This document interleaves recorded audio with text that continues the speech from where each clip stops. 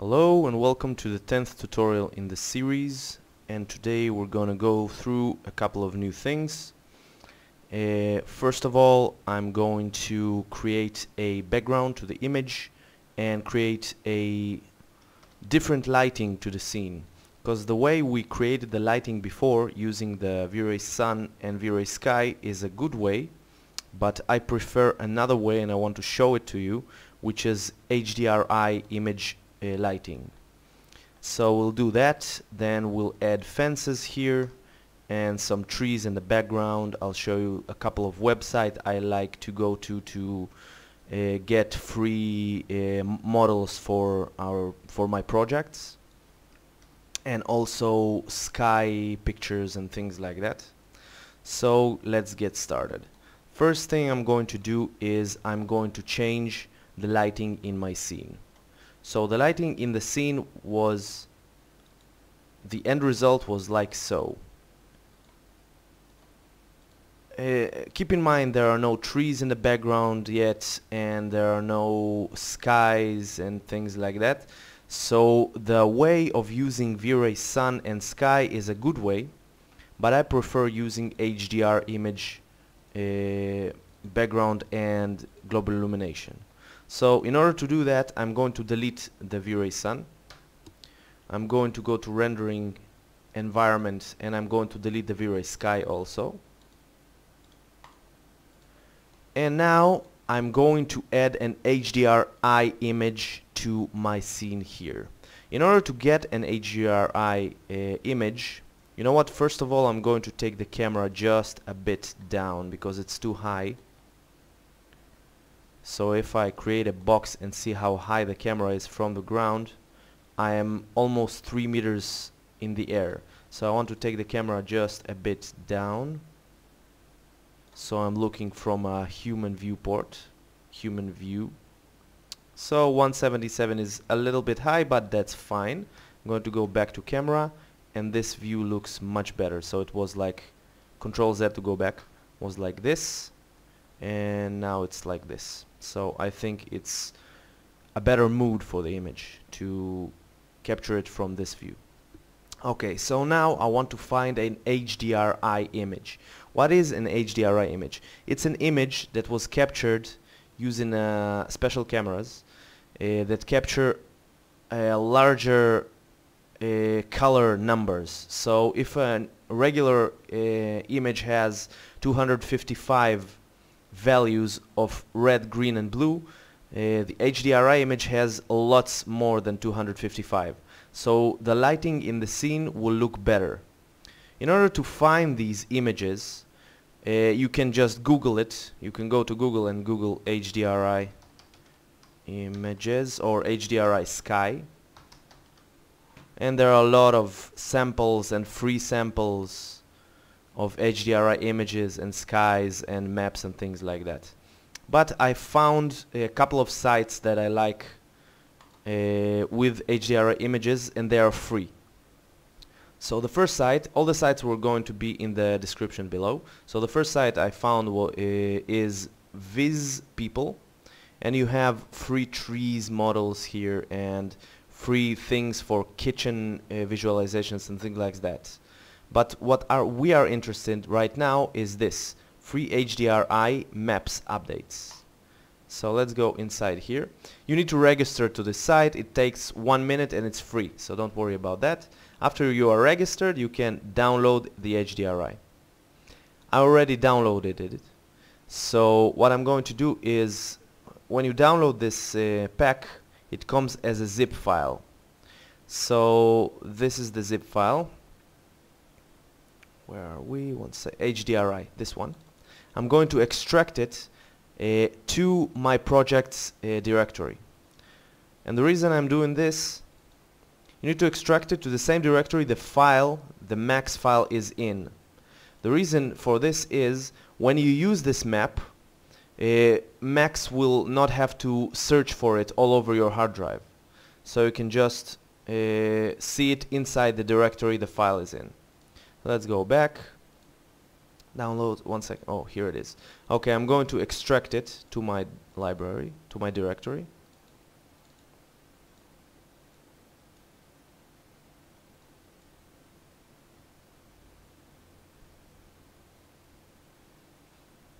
we have a couple of skies here. Let's go inside and check this out. Catalog. You have a number of visualizations with a number of skies for your choosing. So you can choose an HDRI sky for night, or for clear day sky, or cloudy. You have a lot of maps here and they're all free. So what we're going to do in order to implement this method, I'm going to go to I'm going to create a V-Ray light. Going to lights, V-Ray light, and I'm going to change this type from plane to dome. Now when you create a dome light, it essentially means that this light is the sky of the entire image. So no matter what colors you put in here, they will reflect as the sky of the image. So let's go back to camera using the C button, and let's disable it for a second and check there are no lights in the scene. So I'm going to go to environment. We have a black environment with no lights inside. So if I render now, the rendering is supposed to be pure black, which it is, because it doesn't receive lights from anywhere. Now I'm going to add this VrayDome Light. So we build the dome. Let's click on back. And in here I'm going to use a texture. So I'm going to click on none. And I'm going to go to maps, V-Ray, and use this texture, vrayHDRI. Now let's drag this texture to our material editor, to an empty slot instance. Now it's very important to make an instance, because if you create a copy, the changes you're going to make here won't affect this slot here. Instance is a clone, so everything that you do here will affect this one also. So I'm going to create an instance of it. In the bitmap, I'm going to import the map I want. So let's go to the HDRI library that I extracted from the zip file. Go to HDR file, and now you can see there are a lot of skies here. You can see the sky in this preview on the right. So let's search for a sky that is suitable for us. We want a sky, a clear sky, but not too clear, with a little bit of clouds, for a day scene. So this one, the number 5, is the best in my opinion for this thing. So I'm going to open it, and now as you can see, if I double click it, you can see we have an environment here. We have a grass down here and a sky down up here, but it's a little bit distorted. Something is strange with this image, and that's because we're using the mapping type as 3D Max standard, which is just a map in the front. We need to use this HDRI map as it was intended. We're going to use it as a spherical environment. So now when you go inside, you can see that it's not distorted, and you can move the environment using the horizontal rotation and vertical rotation. So I can rotate the image and look in every direction I want. When you rotate the image, the sun will fall from different direction on the building. So let's get this back to 0. So what this mapping type does is it maps the HDRI image as it was intended when the image was taken. So sometimes it's a spherical HDRI image, sometimes it's a mirror ball, cubical, angular. This time it's spherical.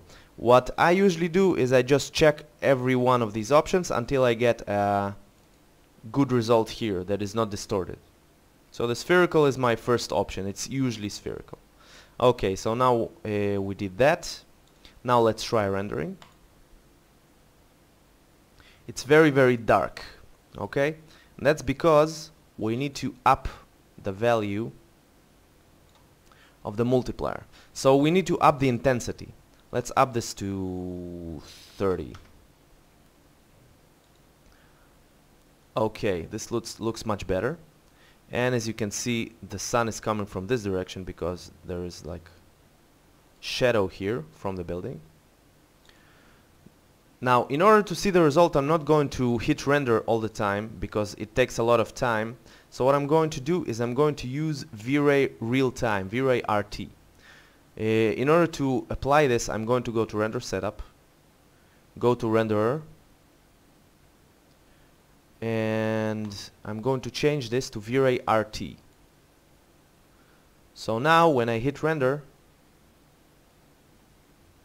just allow this,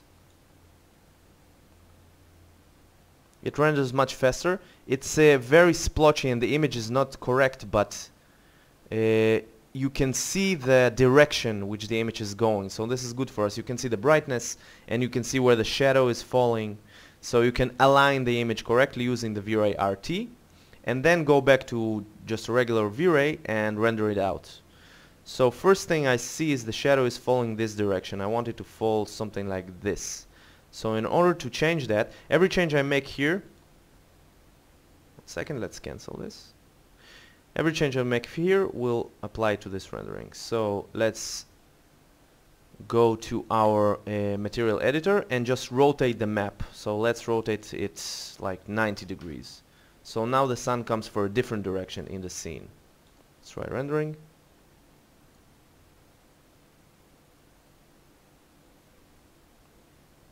Alright, as you can see, the shadow falls from a different direction. The sun comes from this direction now. It's because I rotated the HDRI image. So just rotate it until you get the result you want. The result most suitable for this scene, in my opinion, is I just made a couple of checks before I filmed this video. So it was rotation of 225. So now if I render, you can see that the sun falls from these lines here on the building itself. And this is, and it shines, so the shadow falls on this side, which is the best in my opinion for this rendering. But just make it look as good as you want. Alright, so this is fine. Lighting is good. Okay, so the next thing I want to do is I want to add a VrayPlane to the scene. What this does is very simple. When you have lighting coming from above, as I explained in the previous tutorial, the Global Illumination helps it to look real, because when light comes in direct contact with something, it bounces back 90 degrees to the surface that is near it. So there is no total black in nature. It's always sun reflects from something and loses energy, so it's darker, but it hits the wall, and even in dark areas it's not completely black. So in order for the bounces to bounce correctly, I need a surface that will go in every direction forever. So I need a surface underneath this building, and when light bounces, it will bounce back. Because if in these areas, like here and here, there is nothing, there is no grass and nothing here. So when light hits this area, it doesn't hit, it just continues down. So we don't have bounces back to the building. So in order to fix this, I'm going to go to Geometry, V-Ray, and create a VrayPlane. It doesn't matter where you put the plane in the scene, because this plane essentially is endless to every direction. So I can put it here, and the plane will continue endlessly to this direction and to this direction and everywhere. So I'm going to put it here in the center because it's easier to get to, like this. Now I'm going to give it a color which is neutral. So let's call this VrayPlane, and the most neutral color is gray. So let's change this from standard to V-Ray, V-Ray material, and assign material to selected. Now this VrayPlane is gray. Now let's go to the front viewport and place it underneath everything. So now it's exactly at the bottom of the building here, which is good. So it needs to be underneath everything. So if you have a building here, it needs to be underneath the building, because if you put it in the center of the building, you will have, let's try rendering it. If I put it here, in this height, and I render, you see, it covers the grass because it's taller than the grass and half of the building. So in order for this endless plane not to kind of cover anything, it needs to be underneath everything. So let's take it down here. And now the light will bounce correctly back from the VrayPlane. Alright, now if I render this image, you can see that the lighting is good.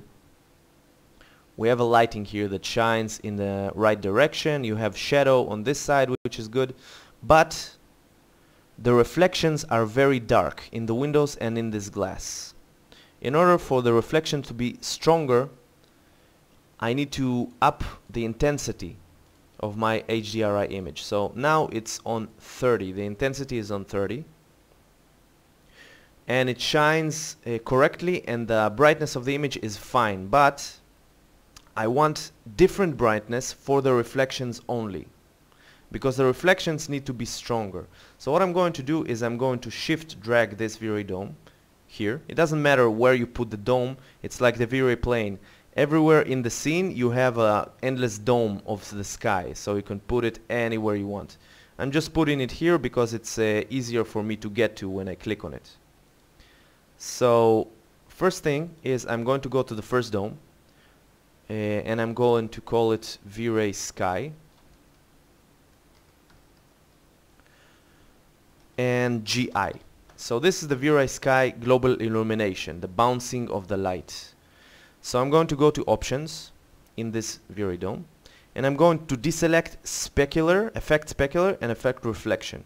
What this does is this sky doesn't affect any of the reflections in the scene, and it doesn't affect any of the specular, which is another kind of reflection in the scene. It only reflects the diffusion, which is the global illumination. Now I copied this VrayDome to here, and in this dome I'm going to go to the options and deselect the diffuse, which means this VrayDome will affect only specular and reflection. So we have one dome that affects only the diffuse, and one dome that affects only the specular and reflection. Now I'm going to create it invisible, because we already have a visible sky from this VrayDome. So don't forget to make it invisible.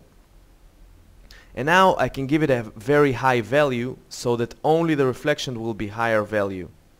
And the global illumination, the bouncing, will still be on 30, like here. So I'm going to go to the, I'm going to call it VraySky reflection. So now this one is for reflections and this one is for GI, global illumination. Now I'm going to up this to 200. Let's try rendering. As you can see, the reflections are much stronger now. You can see the sky in the background and a couple of other things. Alright, so now this is good, maybe just a little bit less. It's just too strong. Let's make it 120.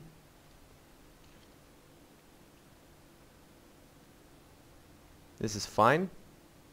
Another thing I want to do is I want to go back to the material, the glass material, which we created a couple of tutorials ago, and I want to make it less refraction. As you remember, refraction is the transparency of an object. Now it's 100% refractive, which means it's 100% transparent. I want to make it less transparent, so 175, 76, it's fine.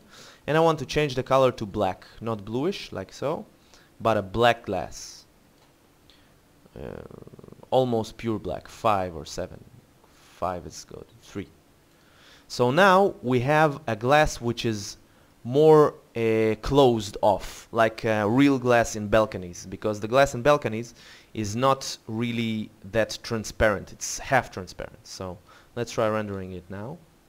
And now you would see the reflections much better, because it's more closed.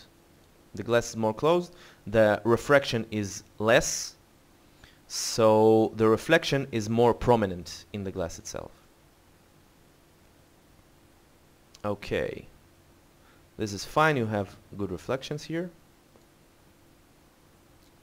Another thing, I think the grass is just a little bit too bright, so I'm going to make it darker. And also I want to make the image, the global illumination, the bouncing, and the illumination itself, I want to make a little bit brighter, so 45 is good. The reflection is still on 120.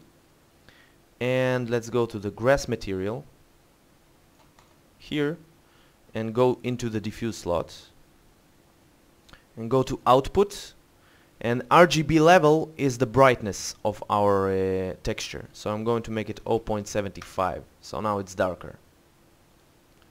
Let's try rendering it now. Now the image is brighter. You can see that the sky is brighter and looks good with the clouds, and our grass is better, I think.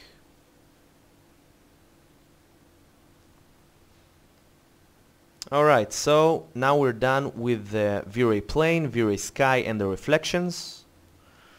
We're going to build a fence on the side here, so we don't see this VrayPlane in the background, and we're going to build just a little bit of the front of the house so we can see something here in the background and not just a gray area.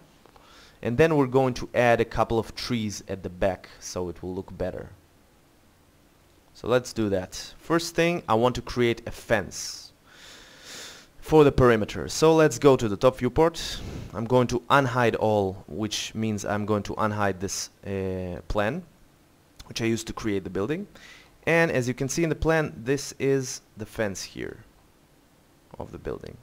So I'm going to create this fence using a line. I'm going to go to shapes, line, one click, hold shift in order for it to go 90 degrees. Second line, and here, then holding shift again, I'm going to close the fence here. Okay, now we have only a line. Let's take this line up. Now in order to transform this line into a fence, I'm going to go to modify, to rendering, enable in renderer and enable in viewport. So now, as you can see, it has thickness, but it's circular, radial. If you make the thickness bigger, it will be thicker. But what we need is a square. So I'm going to go to rectangular. I'm going to give it a width of 20 because the fence is 20 centimeters wide. And I'm going to make it height or length 2 meters. So now we have a fence, 2-meter high fence. I'm going to take this down here so it only barely goes beneath the grass. As you can see here, just a little bit beneath, just a little bit higher like this. And let's go back to camera. Now we have a problem, because in reality the fence is very close to the house and our camera is further back away. So now what we're going to do is cheat a little bit. We're going to move the fence back and to the right. So this is fine. This is usually what we do, because when contractor shows a 3D visualization, he always writes that this is for visualization purposes only. So it doesn't need to be 100% accurate to the truth. It just needs to sell and look good, and it has to be clarified as not 100% real. So it needs to be almost real, but you can make these little cheats like this. Just move the fence back here. Let's go to camera. Okay, so the back of the fence is back here, and let's move this side of the fence to here so it goes with the grass. So now it's in front of my face, so let's move it back more like so, and move it to the right more like so. Alright, so it's outside of the frame. Just move it a little bit back so it's almost inside the frame. It's back. This is for the bouncing of light, so it needs to be almost inside the frame. 1 second. No, no good. Let's move it back like so. More. Okay, this is good. Now let's make the grass a little bit bigger. Just move this into the front a little bit until it is visible in the camera. You can see that the camera is here and the fence is here, so we can move it until it's almost in the camera's view. So this is good. Now let's make this grass plane a little bit bigger. So I'm going to go back to editable poly, choose vertices, and move these two vertices back here. Move these ones here. Alright. So now we have a fence which is much bigger than in reality, but it's fine. So the light will bounce from the fence and create a more realistic effect in the grass here. And let's go back to the camera.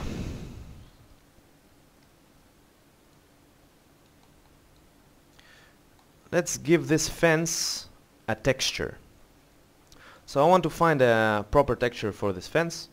What I'm going to do is I'm going to go to the site we used a couple of times in the previous tutorial, which is it's going to be in the descriptions below, but it's called CG Textures.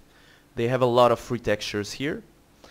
And here I'm going to go to bricks and rounded and find something that looks good for our fence. I think maybe one of these two looks good. Maybe this one. Yeah, this one looks not bad at all. I'm going to download the 1600 over 164, which is a good resolution. It doesn't need to be very, very high because we're not going to render a very, very high resolution image. But in the case you are going to render a very, very high resolution image, you need to download the biggest texture you can. So this one is the biggest. You have this sometimes even bigger than this one, but for our purposes this one is good. I'm going to click on it and download it. If it doesn't download, you need to register yourself to the site, which is free and very, very fast. So no problem there. Now I'm going to go to the library which I download this texture to, and I'm going to take this texture and copy or cut it to my project folder.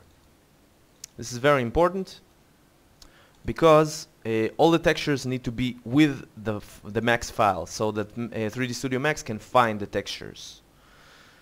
So now we're going to create a new material for this fence. Let's call it fence. And change this from standard to V-Ray to materials, V-Ray material. I'm going to go to the diffuse, click on this square here and choose standard bitmap, and now I'm going to import the bitmap we just downloaded, so this brick round. So now if you double click on it, you can see it's in a bigger form. I want to add a bump to it so it doesn't look so painted on. I just need to add a little bumpiness to the image, so I'm going to go to maps and copy this map to the bump slot. Copy. So now you have a bump to the wall. It doesn't need to be a very strong bump, maybe 40, because it's far away in the image. You will see only a little bit of the bumpiness. Now let's drag this to the fence. As you can see, or can't see, the texture is not visible in the viewport for some reason. So the first thing I want to do in order to see it in the viewport, I'm going to go inside the diffuse slot and hit here, show shaded material in the viewport. Now it changed to brown, but it still doesn't show the texture, and that's because the UVWs are not aligned on this model, on this wall. The UVWs are essentially a way to tell the program how to put the texture on an object. So I'm going to add this modifier in the modifier tab, UVW map, and I'm going to go with box, which means it puts it on the sides like a box, the texture. I'm going to create a square box, 250 over 250 over 250. As you can see, it is aligned pretty well. Let's go back to the camera viewport. Yeah, it looks very good. 250 is a good size. So you can see this orange box here, and this represents how the texture is aligned on an object. So this side is a texture, this side is a texture, this one is a texture, and you can make it bigger to the sides or bigger to this side, so the texture is aligned according to this box. Let's go back. 250, 250, and 250 is good. So now we have our fence, and I want to add a little fence here. Now in reality, in this situation, you had a fence. The fence, this one, was only until here, so it's very close to the building itself. But because we cheated a little bit, the fence moved to this side here. So we need to create something that closes this gap. So I'm going to create a little fence here to close this gap. Let's go to the top and let's create line, a line from here to, hold shift for it to be at 90 degrees, to here and to this direction, like so. Alright, the reason it creates the wall and not just a line like before is because the program remembers the last time you did these changes here, rectangular and the size and everything. So every time you will create a line from now on, it will create it as the first one. If you change parameters and create the next line, it will remember the last parameters. So let's take this wall up here, just a little bit over the grass. Okay, now let's go to the camera. As you can see, just a little bit over the grass, and the true fence is going this direction. Now let's give it the same material as the fence here. So 1, and go to this fence, go to the modify, right click on UVW map, copy and paste the same UVW map that we aligned here. Paste. So now the alignment of the texture is exactly the same. This is good. Alright, so now we have a fence and another fence here. And let's try rendering it. Let's see what the result is.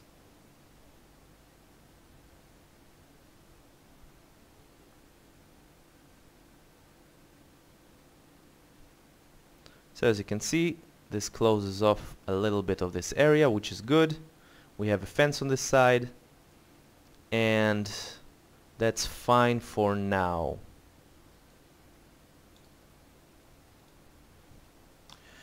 Alright, so now I'm going to hide this plan for a second. The last thing I'm going to do for this tutorial, which is a very big thing, is I'm going to add trees on the sides. So if I go to the camera viewport, I'm going to add trees on this side and trees on this side.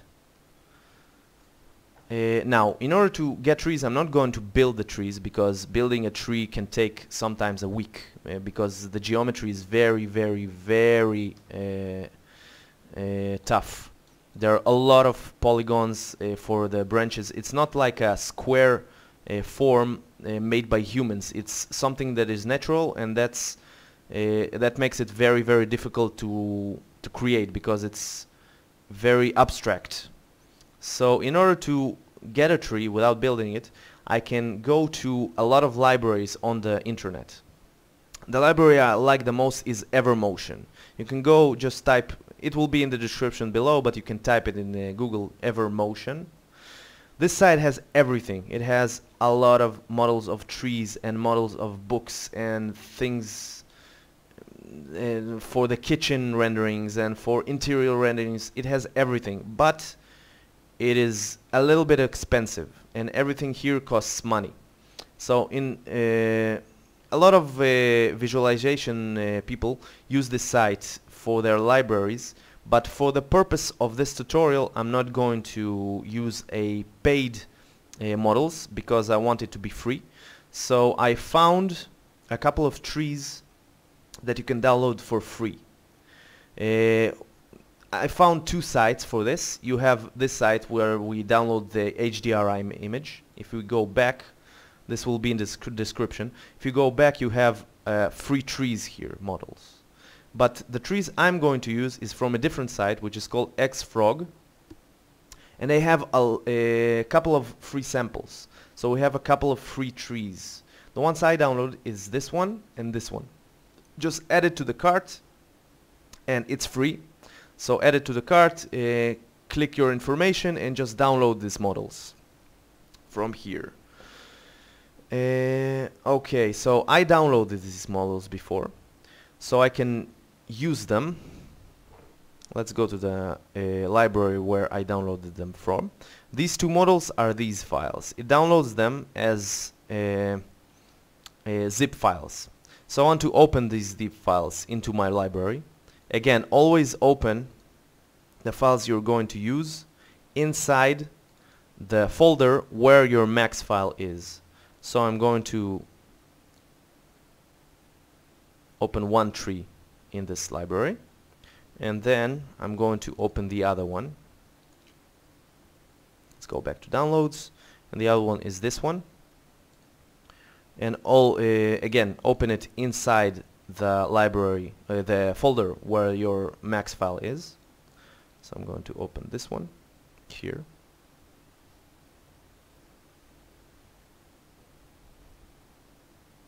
So the trees I just downloaded is this one and this one. I'm going to use them for background trees and a couple of trees inside of our perimeter. So one here and one here to close the perspective with like a little leaves here and here. So after I opened, this is the V-Ray real time. After I opened my files into this directory where my max file is, I'm going to go ahead and import the trees. So I'm going to go to import, merge, and go to my directory. Let's take the first tree, models. No, you know what? The second tree looks better, models. So go to the second tree, to Castania setting chestnut. Okay. Go inside models and just pick one. They look almost identical. So I'm going to take randomly the fifth. And I'm going to import this file, this model here. And now I can go to perspective and click on zoom extended selected, and this will zoom in on what I just imported. So this is my tree model. So let's put it somewhere in the scene near the house. Let's put it back here. And this is really where the VrayPlane starts to play an important role, because the trees don't have ground beneath them, because in our viewport you don't see the ground behind the fence. So the bouncing of the light, if we didn't have the VrayPlane, which goes forever to each direction, the light won't bounce back to the tree. So the tree won't look as good as it can. Just move this here, take this tree up like so, move it a little bit to the side like so, and now I want to see the amount of polygons I have in my scene, because this tree is a lot more heavy on polygons than the entire scene, because you have a lot of polygons. Each leaf is a polygon, and each branch and everything is a polygon, because it's a abstract form. It's a natural form. So now, in order to see how many polygons I have in my scene, I'm going to hit on the plus here, X view, show statistics. Now I can see we have 1,500,000 polygons. If I delete this tree, we have only 39,000. So all the scene is 39,000 polygons. Let's Control Z the tree back. And the tree itself is 1,500,000 by itself. So it's very, very heavy. Once you start getting like to 10 million polygons, even on strong computers, the scene can crash because it's going to be too heavy. In order to surpass this problem, V-Ray created something that is called VrayProxy, which means that it will export this tree model to a different file, and then you can replicate this tree how many times you want. You can replicate it 1,000,000 times, and it won't be very, very heavy on the computer.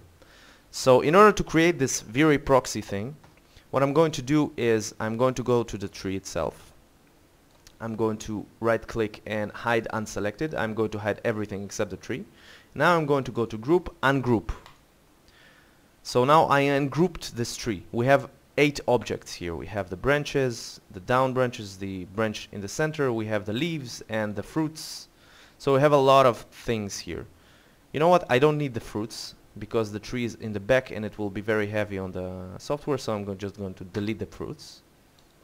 And you have the fruits themselves here, these ones, so I'm going to delete them. Now we have 6 objects left. In order to export this tree as a VrayProxy file, you need this to be one editable poly. So what I'm going to, one form, what I'm going to do is just select one of them and hit attach list, and I'm going to attach all the other objects into one object. Shift, select everything, attach, and just hit OK. So now we have one editable mesh, which is our tree. We don't have 6, we have 1. Now let's unhide everything, go back to the camera, and now let's export this as a VrayProxy. I'm going to right click on it, Vray Mesh Export, and choose a library where I want to export it. Always export the same as with textures, to a library or to a folder where your max file is, so that when you load the max file, 3D Studio Max won't need to search for the objects or the textures anywhere, because it's inside of its library, inside of its folder. So I'm going to create a new folder inside my folder where my max file is. Let's call this folder VrayProxies and hit OK. So now this proxy will be created inside of my max folder in a folder named VrayProxies. As you can see, it was created VrayProxy folder. Make sure it's on this one and not this one, and make sure that hit escape to cancel autosave. Make sure that automatically create proxies is enabled. Now hit OK and wait a couple of seconds, maybe 10 seconds, depending on your computer. Now this looks weird. This is because this is a representation of the tree. It's not the tree itself. If I hit show whole mesh, it will show everything. But you can make it look like points, which is nothing. You can make it look like a bounding box, which is a box. Preview with faces. It doesn't matter. This is a representation of the tree, because the tree is no longer in the scene. It's in a different file, but it's also inside here. So when you render, you will see the tree as if it's standing in its place. So let's try rendering it.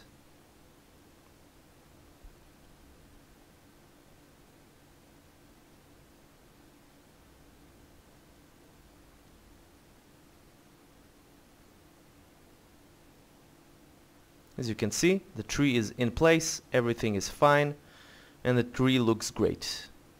But this is only a representation, so it's okay. Now let's show whole mesh for a second. If you go to bounding box, you can see that the polygon count is back to 39,000, which it was before we imported the tree. That's because the polygons of this tree are not calculated. It's outside of this file, so it's much easier on the system. So let's go back to show whole mesh. Now I want to copy this tree a couple of times all over the scene. So if I just shift drag and create a copy, it will need to calculate each tree individually. But if I shift drag and create an instance of this tree, we essentially have only one tree in the scene, which is calculated. So it's very, very easy on the system, on the computer. So you can create as many trees as you want. You can put 1,000,000 trees on a hill using this instance and VrayProxy, and the computer won't crash usually.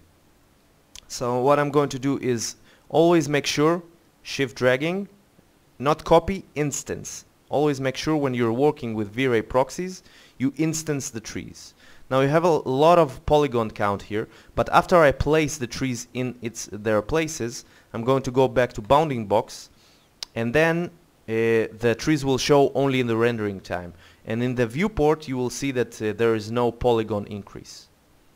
So for now I want to see where they're placed. To place it correctly, let's rotate the tree, because I want the trees to look different to each other, just a little bit like so. Take it down so it's not the same height. And make it here. Now select both of them, holding control, shift drag. Always make sure it's an instance, and instance this tree is here. So like so, rotate them. 1 second, on this axis. I don't need 2 trees because you don't see this tree, it's behind the house. I'm going to take this one here. And let's select all 3 trees and just take them a little bit down here. Now I'm going to shift drag them here, instance, very important, and rotate the trees 90 degrees like so. 90 degrees. Go to camera and you can see the trees here. I'm going to take them down a little bit like so, move them to the right like so. Now the third tree is behind the house. Maybe I'll make it taller so we can see just a little bit of a tree down up here. And we need a fence to close this off because I don't want to see the bottom of the trees. And also I want to move them back because we have a road here. So just move them here. This is fine. And now that we have the trees in the back, we have a lot of polygons. Now we can just make it a bounding box.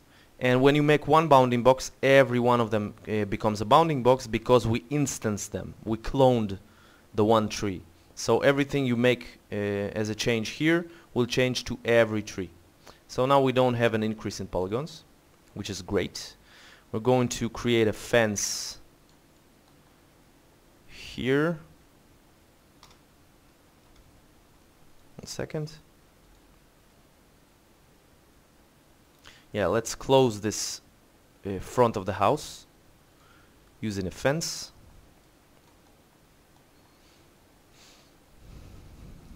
You can create a road here and create more details, but for this example I'm going to just make this fence longer until this point, and I'm going to add another fence in the front here like so.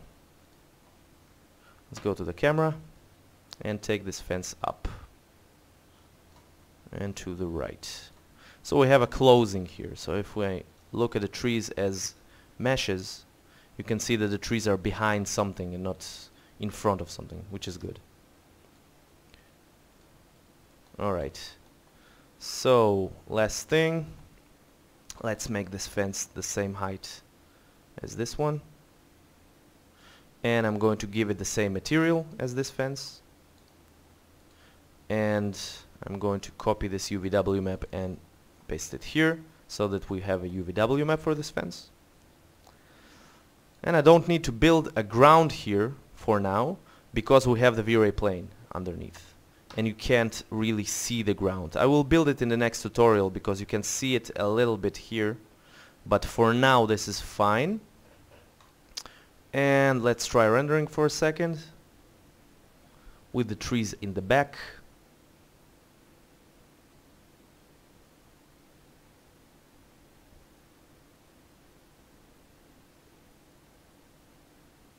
Starting to look good. By no means it's finished, but it starts to look much better. You have a foliage in the sides, you have a building with a grass in front, and it starts to look much better.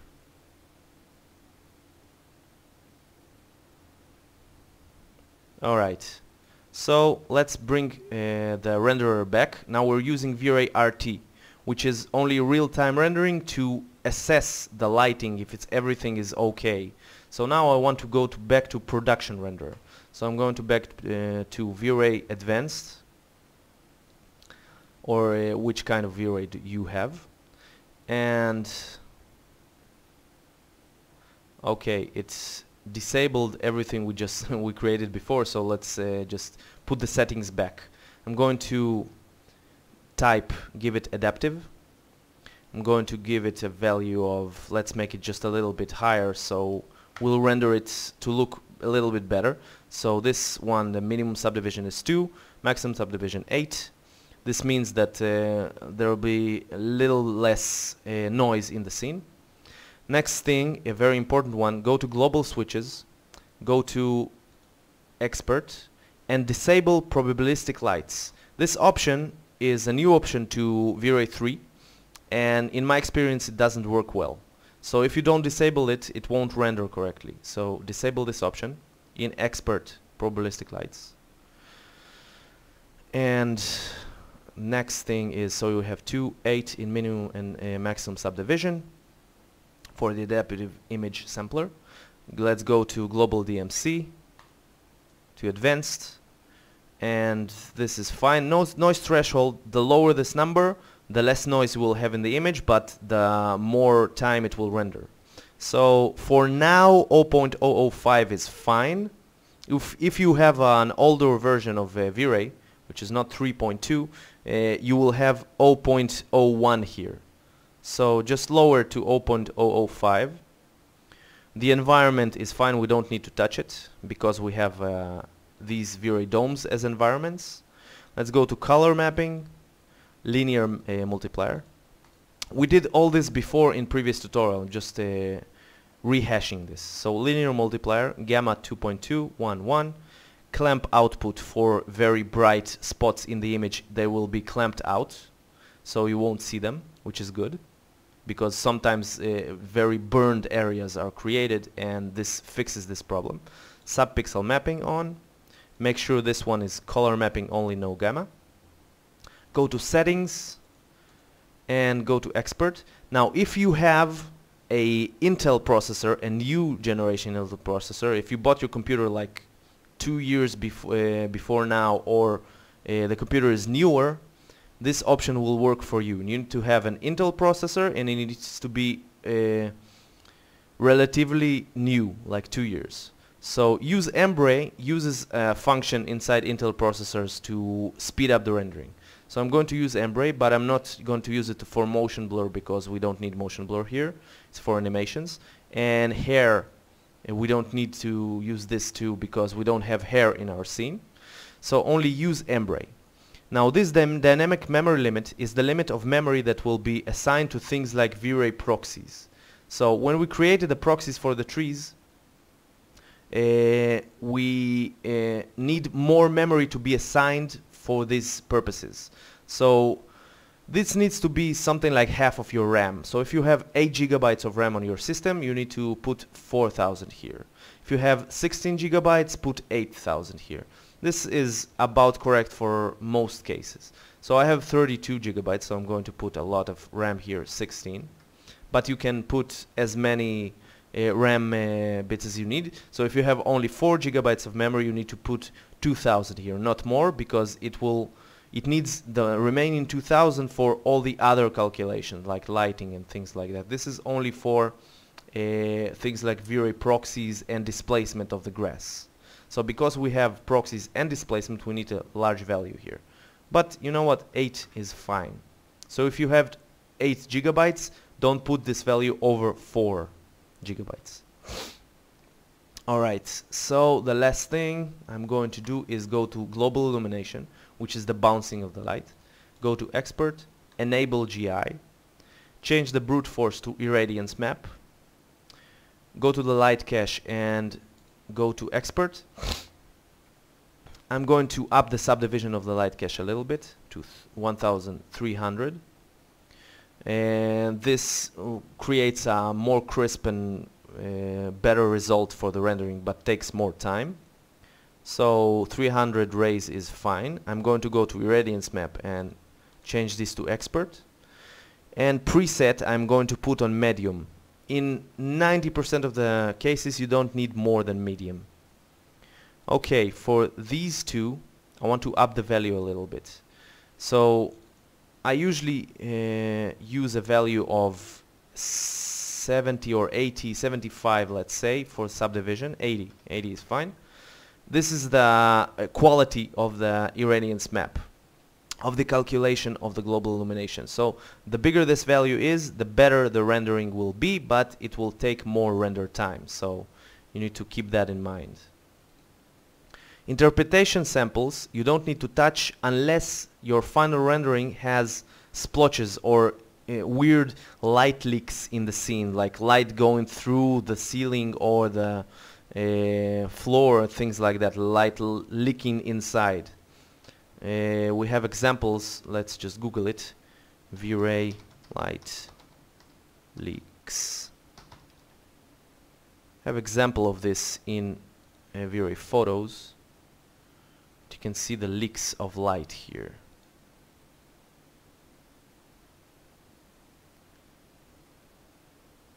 Well, I don't know what they mean in this image, but 1 second.